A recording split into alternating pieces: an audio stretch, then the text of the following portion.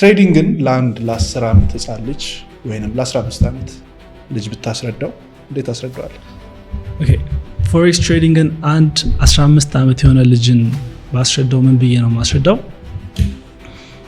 ትሬዲንግ ማለት ትልቅ ፋይናንሻል ኢንዱስትሪ ነው። ግን በዚህ ፋይናንሻል ኢንዱስትሪ ላይ ፕሮፊታብል ለመሆንና እዚህ ማርኬት ላይ ገብተ ገንዘብ ሰርተ ለመውጣት ምን ያስፈልጋል? አንደኛ መረጋጋት ያስፈልጋል። ምክንያቱም የትኛውም ኢንዱስትሪ ላይ ልትገባ ትችላለህ። ሁሉም ኢንዱስትሪዎች የራሳቸው የሆነ ሩል አላቸው፣ ኖሌጅ አላቸው፣ ፕላን አላቸው። ስለዚህ ወደ ትሬዲንግ ውስጥም ደግሞ አንድ 15 ዓመት የሆነ ልጅ ሲገባ ምንድነው ያን ያክል ትልቅ ኤክስፒሪየንስ ያደረገው የመረጋጋት ሁኔታ ይኖራል ብዬ አላስብም። ፕላስ ደግሞ በ15 ዓመቱ ደግሞ አሪፍ የሚባል ፋይናንሻሊ ስቴብል ነው ብዬም አላስብም በሰዓቱ። ስለዚህ ሞር መረጋጋት አለበት ብዬ አስባለሁ።